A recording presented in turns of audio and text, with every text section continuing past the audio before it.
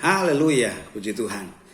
Bilangan pasal yang ke-11 ayat yang ketiga ini menggambarkan di mana Tuhan akhirnya murka bagi bangsa Israel disebabkan yang pertama ketika mereka bersungut-sungut. Yang kedua jelas kalau saya dan saudara baca ayat-ayat selanjutnya bahwa mereka tidak menerima keadaan baik mereka.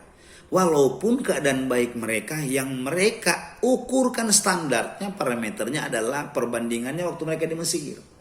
Dan yang ketiga jelas bahwa yang penyebab ayat yang keempat menjelaskan bahwa mereka salah bergaul. Mereka lebih mendengarkan orang-orang bajingan, ayat yang keempat katakan. Yang hanya mengecap, mereka hanya melihat keajaiban Tuhan, tidak terbentuk dari awal. Nah, selanjutnya kalau saya dan saudara melihat ayat yang keempat dalam bilangan pasal yang ke-11 ini, selera mereka adalah selera Mesir. Ini menjadi persoalan. Kalau kita menamakan diri, menyatakan diri saya orang percaya, tapi selera kita, seleranya Mesir. Selera kita, selera dunia. Apa-apa tolak ukur bagi kita adalah dunia. Contohnya seperti ini. Keberhasilan, kalau orang dunia pakai polanya bahwa keberhasilan sama dengan banyak duit. Ini bahaya. Kalau kita orang percaya, keberhasilan adalah ketika kita menemukan Yesus dalam hidup kita. Ini yang perlu kita garis bawahi. Kalau standar kita masih pakai standar Mesir, ini bahaya. Karena yang Tuhan kasih bagi orang Israel adalah mana. Yang Tuhan tahu mana ini mampu untuk bertahan ketika mereka ada dalam perjalanan hidup mereka. Tapi yang diminta daging orang Israel ini adalah meminta daging.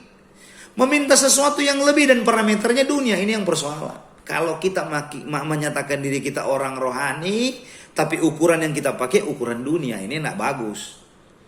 Ketika kita pakai ukuran dunia, maka firman Allah katakan cukupkanlah apa yang ada. Ini menjadi persoalan. Kita nggak akan pernah merasa cukup dengan apa yang kita miliki. Kita nggak akan bersyukur dengan apa yang kita miliki. Tapi kita akan gila-gilaan dengan cara pandang dunia. Ini nggak boleh. Karena firman Allah katakan satu waktu manusia akan mencampur adukan antara dunia dengan firman ini yang Tuhan gak suka. Kawin, mawin. Yang ketiga kalau saya dan saudara yang keempat, saya dan saudara bisa melihat bahwa selera Mesir yang diinginkan oleh Israel, orang-orang Israel waktu itu dipengaruhi ketika mereka salah bergaul dalam ayat yang keempat. Selera Mesir adalah ayat yang kelima. Sehingga kesimpulan ketika mereka membandingkan selera Mesir, akhirnya mereka pada titik di mana mereka tidak menghargai pemberian Tuhan dalam hidup mereka. Mereka tidak mengucap syukur dengan apa yang mereka miliki hari ini. Mereka tidak mengucap syukur dengan ketika Tuhan hanya beri berkat. Umpama hari ini ketika engkau berusaha hanya 1 kilo, ya 1 kilo kita bersyukur. Ada masanya di mana Tuhan memberikan berkat 100 kilo kepada kita. Tapi yang Tuhan mau adalah ketika saya dan saudara mengucap syukur dalam segala keadaan. Dalam keadaan pahit kah itu, dalam keadaan sukar kah itu, dalam keadaan tertutup jalan kah itu. Mari kita mengucap syukur. Karena yang Tuhan inginkan kepada kita adalah ketika saya dan saudara ada pada titik mendengarkan apa kata Tuhan dalam hidup ini. Ketika keinginan kita yang kita utamakan, maka ini yang menjadi persoalan. Sebabnya hari-hari ini firman Allah ingin memberitahukan kepada kita hati-hati. Ketika saya dan saudara ada pada titik-titik di mana COVID-19 dan dampak dari COVID-19 sementara mempengaruhi keuanganmu, pendapatanmu. Dan akhirnya kita berjalan hanya pakai cara pandang dunia.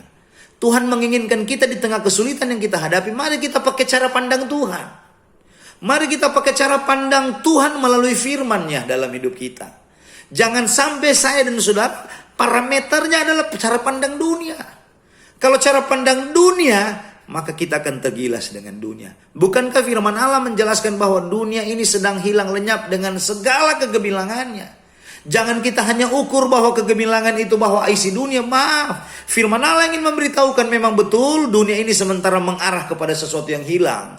Karena kalau saya dan saudara mengukur kita Petrus, satu waktu dunia ini akan digoncangkan. Dan bahkan saya dan saudara akan melihat tabir terbelah.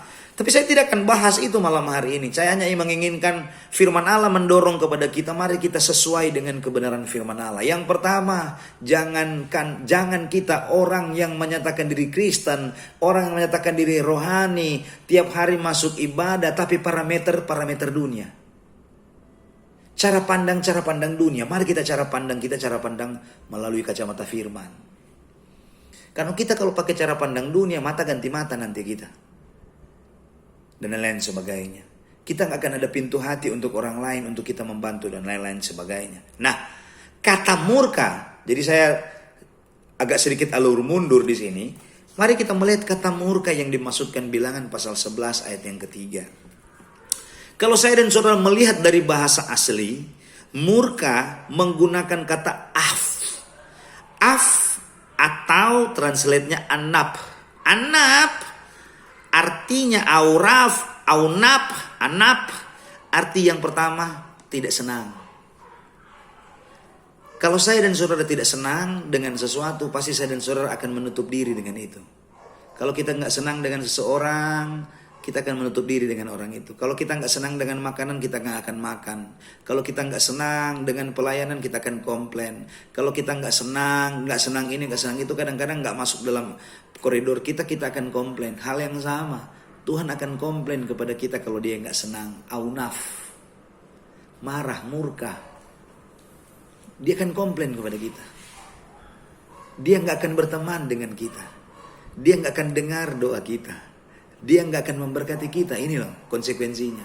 Sebabnya kalau Bilangan pasal 11 ingin memberitahukan bahwa konsekuensi dari ketika saya dan saudara pakai parameter dunia, kita bersungut-sungut, kita nggak menghargai pemberian Tuhan, konsekuensinya ada yang hilang, terbakar. Kenapa? Karena Tuhan komplain dengan kita. Tuhan sudah kasih karunia, Tuhan sudah jaga kita, Tuhan sudah berkati kita. Betul kita dalam kesulitan, tapi Tuhan masih jaga kita sampai hari ini. Ada orang lain, betul ada melayani, tapi dipanggil Tuhan. Saya di media sosial kemarin ada satu pendeta masih muda dipanggil Tuhan. Dan lain-lain. Kalau Anda masih hidup, Anda masih bergerak hari ini, bersyukurlah dengan itu. Jangan kita pakai standar dunia, jangan kita terpengaruh dengan pergaulan, jangan kita terpengaruh dengan dunia, jangan kita pakai parameter dunia. Mari kita pakai parameter Alkitab. Supaya Tuhan tidak mengalami keadaan di mana dia tidak senang dengan kita. Kalau Tuhan sudah tidak senang dengan kita, apa yang akan terjadi bagi kita? Ketika engkau berdoa, doamu tidak akan didengar. Yang kedua, kata aunaf menggunakan arti yang kedua adalah marah. Marah dalam pengertian dua. Kalau saya baca dari Kamus Besar Bahasa Indonesia, kata marah menunjuk kepada sesuatu yang asalnya tidak senang. Diungkapkan dalam satu keadaan, apakah suara keras bernada tinggi ataupun cacian dan makian. Ini KBBI. Tapi saya tidak mau merujuk kepada KBBI, tapi saya merujuk dari bahasa asli. Aunaf, marah. Tuhan tidak pendendam, tapi Tuhan juga menunjukkan rasa marahnya kepada orang Israel yang sudah dijagai, yang sudah diberkati, yang sudah Tuhan tolong, tetapi akhirnya karena pergaulan, karena keadaan, menolak apa yang Tuhan sudah beri, mengukur pakai parameter dunia, membuat Tuhan marah. Kalau kita sudah menyebut diri rohani, ini yang persoalan. Karena orang Israel dalam tuntunan Tuhan adalah orang-orang yang rohani. Orang-orang yang mengecap kebaikan Tuhan, orang-orang yang sudah melihat keajaiban Tuhan, tetapi berubah setia karena pertama tadi yang saya katakan, bergaul dengan orang bajingan. Yang kedua, standar yang mereka adalah pakai standar dunia, bukan standar Alkitab. Kalau Alkitab memberitahukan kepada kita banyak yang bertentangan dengan dunia. Kalau dunia mengajarkan kepada kita, bini 5 boleh. Ngambil orang punya silakan, korupsi nggak masalah. Yang penting kita dapat uang. Kita mau dusta dengan bisnis nggak masalah.